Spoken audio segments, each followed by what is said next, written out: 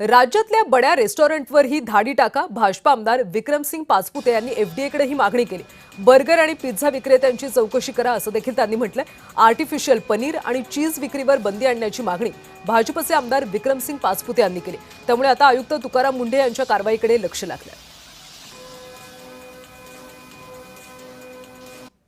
पिंड पंजाब या नामांकित रेस्टॉरंटवरती धाड टाकली आणि धाडीमध्ये एक गोष्ट प्रकर्षाने समोर आली की त्या रेस्टॉरंटमध्ये पनीरच्या नावाखाली अॅनालॉग चीज हे विकलं जात होतं आणि एफडीएने एक मोठी कारवाई केलेली आहे. आज त्यांचं लायसन्स सुद्धा त्यांनी रद्द केलेलं आहे.